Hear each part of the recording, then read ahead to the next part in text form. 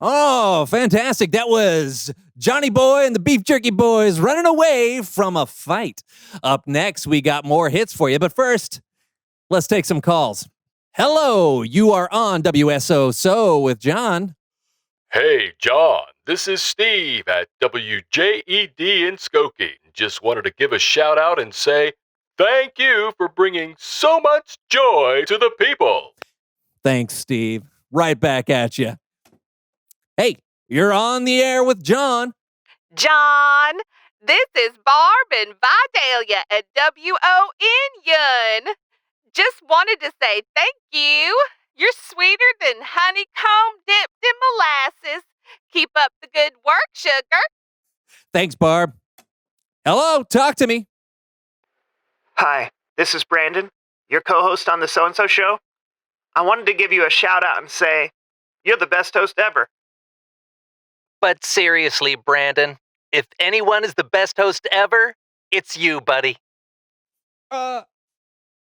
Yeah. How about some music from Planet John's Keytar hit, Chain Reaction of Love? You're not the only one who's good at impersonations. Whoa.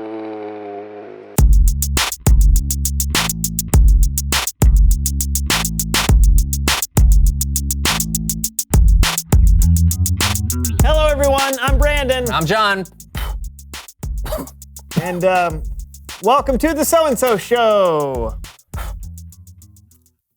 So, John. Hey, Jabberwocky is a nonsense poem written by Lewis Carroll, included in his novel Through the Looking Glass. Yeah. Okay, John. Yeah. I mean, are you going to do the show with me today? Oh, yeah. Yeah, I just have to get my daily reading in. Okay, right now? Yeah. I mean, it's important to make a habit of reading a little bit every day, kids. Yeah. Today I'm reading this classic, The Jay in Kekalapadaya. Do you have to read it in the middle of the show? I've missed a few days and I'm trying to catch up. Yeah, how many days? What day is it? 1, 2, 3 years. Huh. Did you know that Jacksonville, Florida is the largest city by land area in the continental United States? I did not know that. This book is incredible. You can learn almost anything you want, as long as it starts with a J and existed before 1967. Yeah, I don't know why more people haven't read it. Yeah, me neither. By the way, if you don't know what an encyclopedia is, you can look it up on the internet, along with literally anything else you want to learn about. What? Not all jaguars have spots. That's crazy. John, please read that some other time. We're in the middle of something here. I know, but I found that I have a better chance of keeping a good habit when I habit stack. When you what now? When I habit stack. Yeah, I heard the words. It's when you take one habit and you stack it onto another. Like, I'm in the habit of doing the So-and-So Show with you every week. If I stack my reading habit on top of that, then I won't forget to read. Okay, can't you stack it onto another habit? I mean, what's another habit you have? Well, when I wake up in the morning, I have a habit of screaming before I do anything else.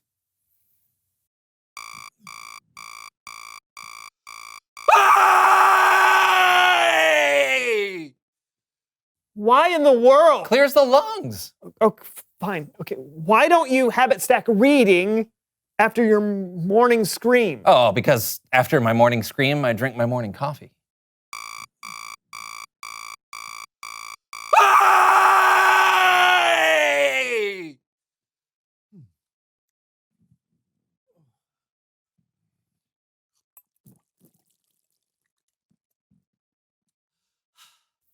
Okay, then habit stack reading after your coffee. Oh, but that would get in the way of my morning cry.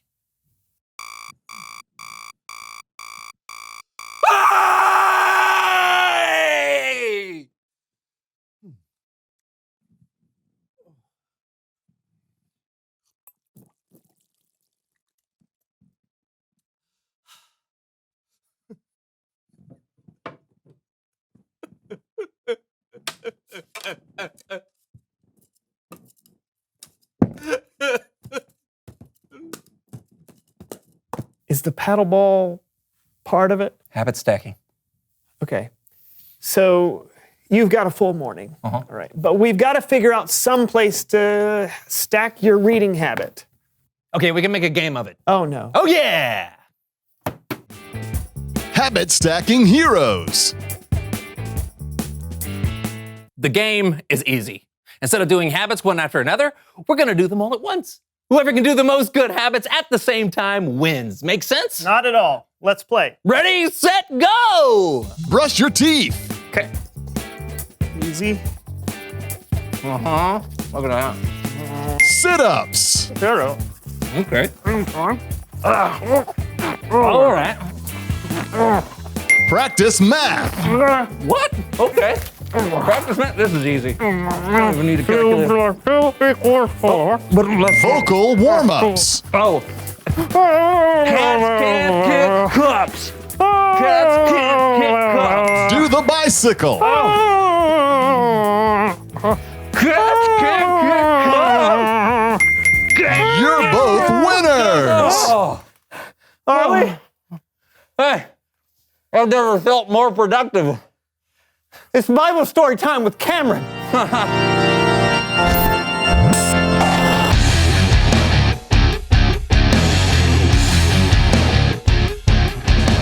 Hey, good people. Hey, Cameron. Thanks again for taking our friend Kellen's place this month. Anytime. What's going on with you guys today? Habit stacking. You want to try? Trust me, Cameron, it's a hard no. Okay, but habits can be good sometimes. In fact, today we're talking about a habit that began thousands of years ago that's still happening today. Awesome. Take it away, Cameron. You've probably heard of the Lord's Supper, or maybe you've heard it called communion, or even a really fancy word like Eucharist. Different people observe the Lord's Supper in different ways, sometimes every week or every month, or maybe a few times a year. Sometimes people use bread and wine, sometimes they use juice and crackers. But even though everyone does it a little bit differently, the reason they do it is the same. They do it to remember. When Jesus and his disciples were having their Last Supper together, they themselves were remembering something called the Passover. Hundreds of years before Jesus, God's people, the Israelites, were slaves in Egypt. And God chose a man named Moses to rescue his people from the Egyptian Pharaoh. Moses said, Let my people go. but the Pharaoh refused, so God sent 10 plagues: frogs, sick animals, flies. But the 10th plague was by far the worst. Moses warned Pharaoh that if he didn't let God's people go, every firstborn son in Egypt would die, including Pharaoh's own son. But Pharaoh refused. God gave the Israelites a way to protect themselves from what was coming. They were to sacrifice a lamb, then spread some of its blood on the doorframe of their houses. This would be a sign for God to pass over that home and not harm anyone inside. That night, those with the blood of the lamb on their doorframes were spared. But Pharaoh's firstborn son died, along with every other firstborn son in Egypt. So Pharaoh sent the Israelites away. After hundreds of years in slavery, they were finally free. That's what Jesus and his disciples were remembering during their last meal together. They were remembering the day when God rescued his people from slavery in Egypt. But Jesus was about to give the celebration a whole new meaning for you and me. When Jesus had given thanks, he broke the bread and he said, This is my body. It is given for you. Every time you eat it, do it in memory of me. After supper, Jesus took the cup of wine and said, This cup is the new covenant in my blood. Every time you drink it, do it in memory of me. Jesus knew that God had a plan for another incredible rescue. This time, he would rescue the whole world. And this time, Jesus himself would be the sacrifice. That's why we celebrate the Lord's Supper today. So we can show God how grateful we are to him for sending his son, and so that we can get in the habit of remembering how Jesus gave his life to save you and me. The end, Wow. right? Yeah, it's so cool to think that when we take communion or the Lord's Supper, we're literally doing something that Christians have been doing since the beginning of the church. And that's over 100 years. Try 2,000 years. I say again, wow. Yeah. It's important for us to have things we do regularly that can remind us to be grateful to God. Hey, you ought to have it stack that, John. Yeah, I'll put that right after my morning cry. You see, Cameron. You don't have to explain. Okay. Thanks for the story, Cameron. You bet, guys. See you next time. Looks like we've got some remembering to do, John. I'm ready to try, but it's just hard for me. I can't even remember to send my Aunt Maisie a thank you card for my graduation present. Your graduation? Oh, yeah, I've been meaning to do it for 25 years. Reveal the question.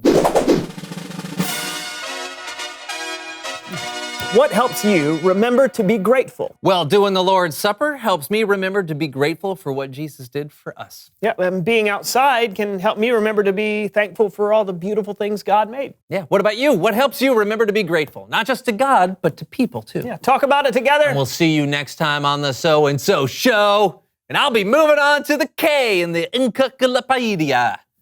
Can't wait to tell you the major export of Kirkarikichistain. Kirkarakasingers. I can't wait either. Bye. Bye.